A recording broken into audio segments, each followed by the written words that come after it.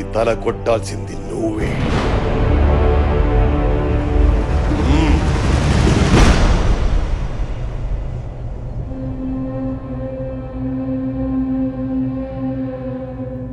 చంపుకోవడానికి తాంబూలాలా? నిన్ను 25 ఏళ్లుగా ఎక్కడో నుంచి తయారు చేసింది ఎందుకోసం బావా? చుట్టుపక్కల జనం ఎదురు చూస్తుంది దీనికోసమే. ఇంట్లో వాళ్ళు ఎదురు చూస్తుంది దీనికోసమే. నీ శత్రువు కూడా ఎదురు చూస్తుంది దీనికోసమే బావా. ఈ గొడవలో మా నాన్న చనిపోతే వాడు చంపేస్తారని ఆడపిల్లల లంగా వండిలేసుకుని తిరిగాను బావా. నువ్వు వచ్చేదాకా రకరకాల వేషాలతో ఈ ఇంటి కాపలా కాసుకుంటూ బతికాను బావా. ఈ బతుకులు మారాలంటే నువ్వు బరిలోకి దిగాల్సిందే బావా. అది కాదు బావా. బావగారు, ఇది అతనొక్కడి కోరికే కాదండి, నాది కూడా. మా నాన్న కళ్ళు పీకేశారు. మీరు వాళ్ళని చంపుతుంటే కళ్ళతో చూడలేకపోయినా వాళ్ళ చావు కేకలనైనా వినాలని ఆశతో మా నాన్నగారు ఇక్కడికి వచ్చారు. బావ ఆలోచనలు ఎప్పుడూ శత్రువు మీదే ఉండాలమ్మా. అవి దారి తప్పకుండా ఉండడానికి అవసరమైతే నువ్వు పడుకున్నా పర్వాలేదమ్మా అన్నారండి మా నాన్నగారు. వాళ్ళ పాప లాగాలంటే మీరు దిగాల్సిందేనండి.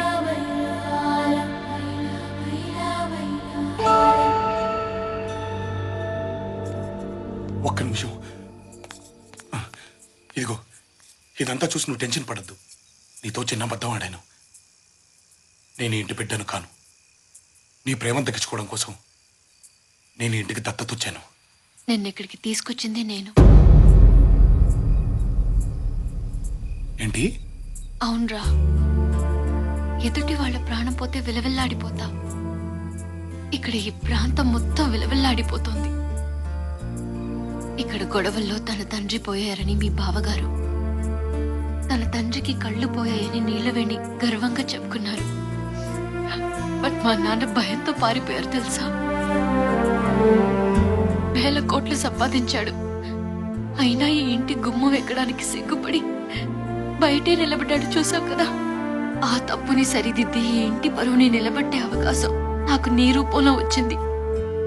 అలాగని నువ్వంటే ప్రేమ లేక కాదు, నిన్ను చంపుకోవాలని కాదు, నువ్వంటే నాకు పిచ్చి.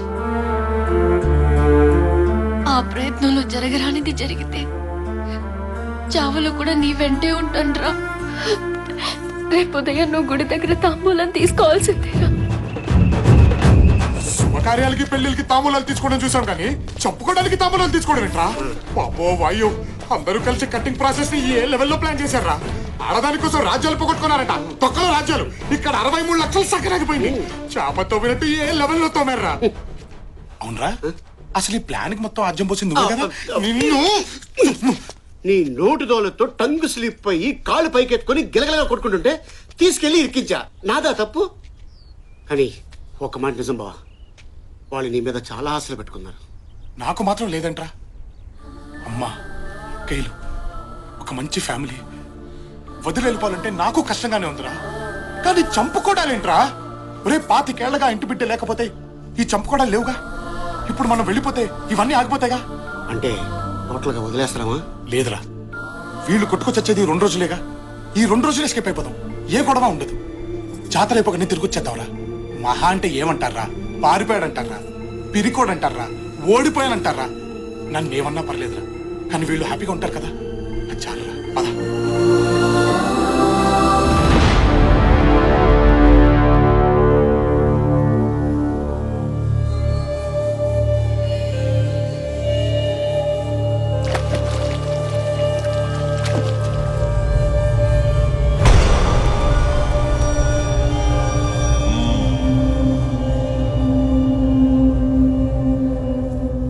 పంతులు గారు, తాంబూలం అందుకోవడానికి రాలేదేంటి?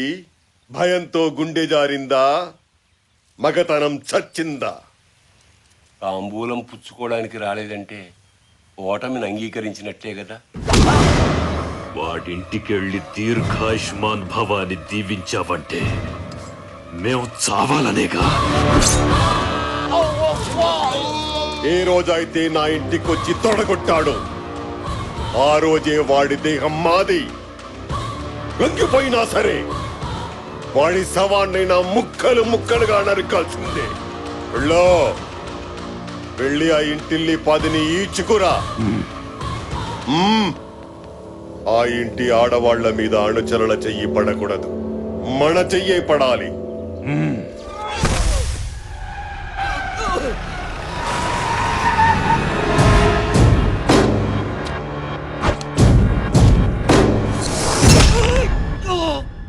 ఎంత ధైర్యం రా నీకు? నా ఇంటికే తీసుకొచ్చి సవాల్ చేయిస్తావా?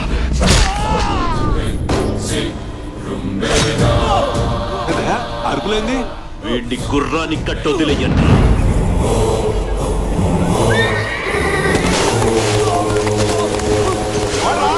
ఎవడ్రా ఇంటి మీదకి వచ్చింది? ఎవడ్రాడా? నాన్నగారు, అన్యాయం అయ్యా ఇది. ఏవే, మా బిడ్డలు చచ్చిన ఆ ఇంటి బిడ్డ వస్తాడన్నావుగా, ఏడే పారిపోయాడా? తొందరపడతావెందుకు? సింహం 4 అడుగులు వెనక్కేసిందంటే ఎగిరి పీక కొరకడానికే వస్తాడ్రా. అమ్మయ్యా, ఒక పెద్ద యుద్ధంలోంచి బయటపడిపోతున్నావురా.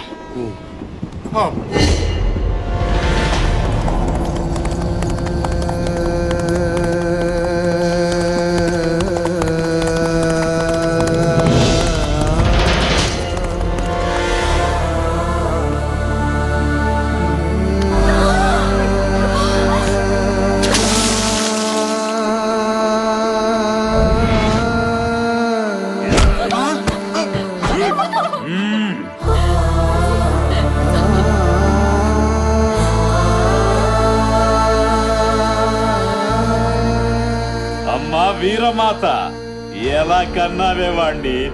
థు! నిజాయితీగానే కన్నావా, నీతి తప్పి కన్నావా? ఇక్కడున్న నీ బిడ్డల శీలాలు, జనం ప్రాణాలు మిగలాలంటే నువ్వు బయటికి రావాలి. తప్పుడు కొడుకులు కన్నానని నా కాళ్ళ మీద పడి ఏడు. వస్తావా, చాబులు చూస్తావా?